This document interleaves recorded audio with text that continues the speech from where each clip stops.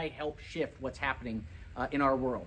If you look at this list of organizations, these are the ones that have had the most severe cuts from this AmeriCorps withdrawal. And as this is being fought in court, these organizations need support.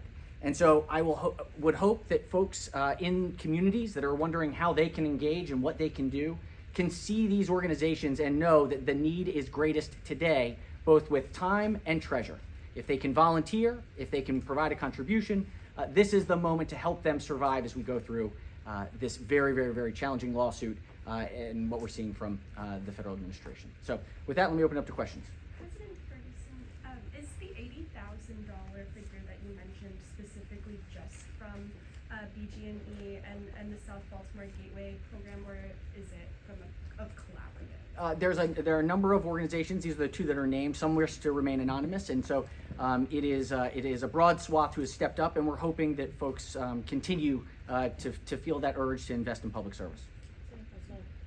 You said that it's 174 locations across Maryland. I just want to confirm, that number. This is just a small list, but it's much larger than that? The number that we're working with is 174 different locations. Fewer programs. Some programs may have more than one location, right? And tens of thousands of members, volunteers who are assisting in deploying those funds through services to the community. Mr. Attorney General, are you optimistic? Let's do a follow-up here. Sorry, I had one quick follow-up, which was, all of these positions are tied to grant dollars. Do we know what that grant dollar amount is at this point? Yeah, we have a good sense of what those dollars amounts are. Yeah, and if you need specific figures and cents and dollars to the extent that that information is available to the state, because I want to clarify, when the state brings in action, we're not bringing in action on behalf of every program. We're bringing in action on behalf of those programs that flow through state entities. That's why I highlighted the 4 state programs in my remarks. There is another lawsuit that has been filed that represents many of the nonprofit organizations that participate in and benefit from and are part of the AmeriCorps program. They brought a separate lawsuit. So the details on those dollars and those programs are not going to be readily available to me. But for Maryland, yes, can you say how much? Yes, and not from this podium. There are a lot of things I've got at my fingertips. That's not one of them.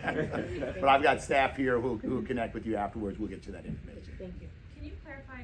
So you mentioned some programs. It sounds like have closed, have ended as a result of the loss of dollars, versus others it sounds like have had to cut back and not necessarily end their programs altogether. Do you know how many programs have had to end? Or can you offer some suggestions, some examples of some that have had to close completely? Again, we can get you specific numbers, okay, but I can tell you that there are people today who 2 weeks ago, 3 weeks ago, with AmeriCorps funds were serving the community, right? Whether it's in state parks, whether it's our youth and juvenile services, whether it's the many services that these nonprofits are providing that today are not serving. So whether that number is 1 or whether that number is 1,001 or more, right? These are people who are developing skills and provide a service, and these are communities and families who no longer have access to those services.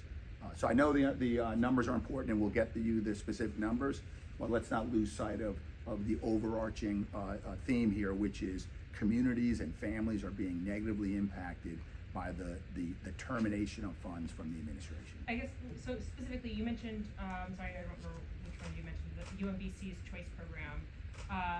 Is that a program that has had to shutter completely, or is it just they had to cut back on funds? I'll get you the details of that. I know there's been significant reductions, and whether or not there's 1 or 2 sort of like keeping the lights on, we'll get you that information. Attorney General, the White House has said and defended their cut to AmeriCorps by saying that it's failed consecutive audits, that it's been misusing taxpayer money, and I'm just curious to know what your take is on that reaction to the news. Well, if you look at our complaint, and this is true for most of the complaints that we bring, is that the president is simply exceeding his authority. Congress has funded these programs.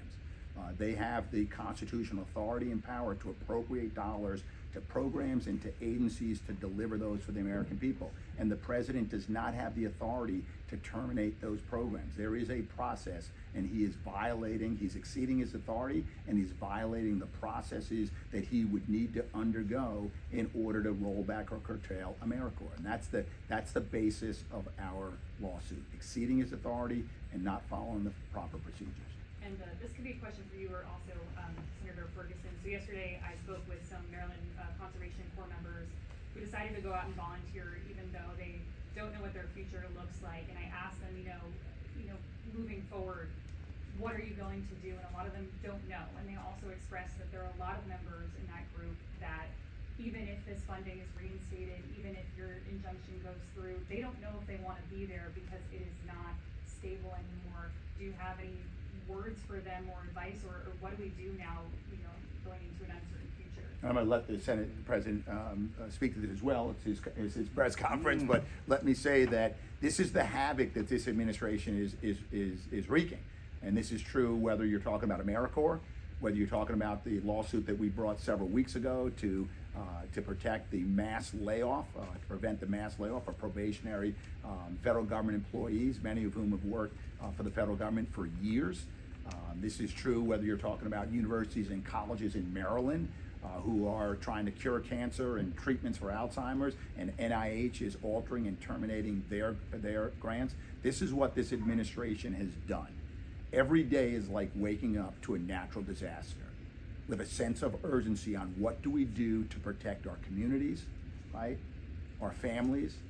But the only difference is that a natural disaster, more often than not, there's nothing you can do to stop it. Here, okay, this is now brought upon us by our own federal government, and by that I mean the Trump administration, and we can do something to stop it, and that's why we're in court here in Maryland to stop his dismantling of AmeriCorps.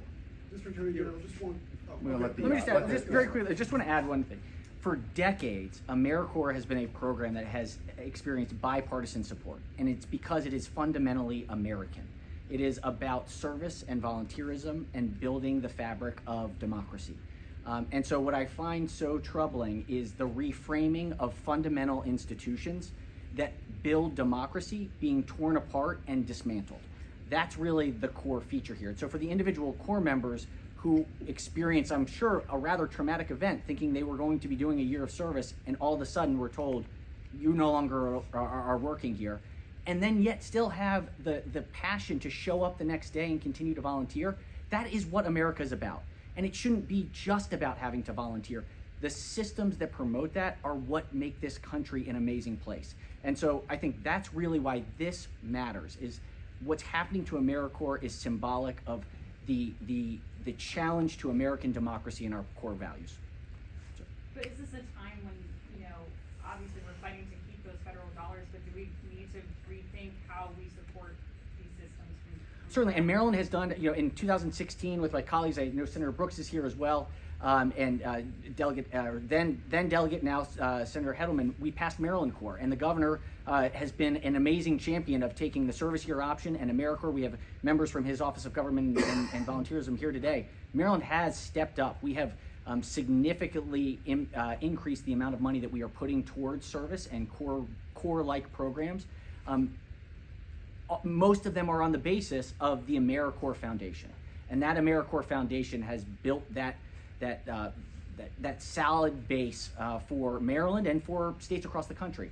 It's that being torn away that we will do what we can, but it's incredibly challenging that core foundation of AmeriCorps is being ripped out.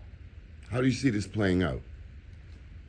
I mean, I think there's two issues here. One is the work that the Attorney General is doing in court. I believe that the court will rule the right way and that the administration will have to follow the law. The other issue here is that the federal administration has put forward a proposed budget, and in that budget, they have proposed the elimination of AmeriCorps, the outright elimination moving forward. I believe fundamentally that Republicans and Democrats will come together in Congress to say that is not who we are as Americans. I'm hopeful. No one can predict the future, but part of this message is we have to focus on the things that build us together, bring us together, not the things that tear us apart. That $80,000 if you raised thus far, is that earmarked specifically for Elevate and Legal Harbor? Is there other organizations It is, and we're hoping that we'll see a number of other organizations come up that can help support the numerous organizations that are feeling these cuts. For those two organizations, have they been able to bring back all or some of their members to continue volunteering? Because I know a lot of it is like young people who are serving. Can they bring back the people they have? So for Elevate, we have a braided funding stream which allowed us to preserve staff in the interim. So we're now able to go back to business as usual in certain circumstances with certain programs. But it is complex, and AmeriCorps is a complex program. So the discharge of members and getting members back on the payroll is a complicated process. So we are doing everything we can organizationally, and I know my colleagues are also doing everything that they can to mitigate harm to individuals, because we're talking about people and their lives, not just dollars and cents. So you're working to get those members back, or do they have to be discharged and brought back, or have you been able to keep them on using other funding? For Elevate has been able to preserve the staff to date. Thank you. Yep.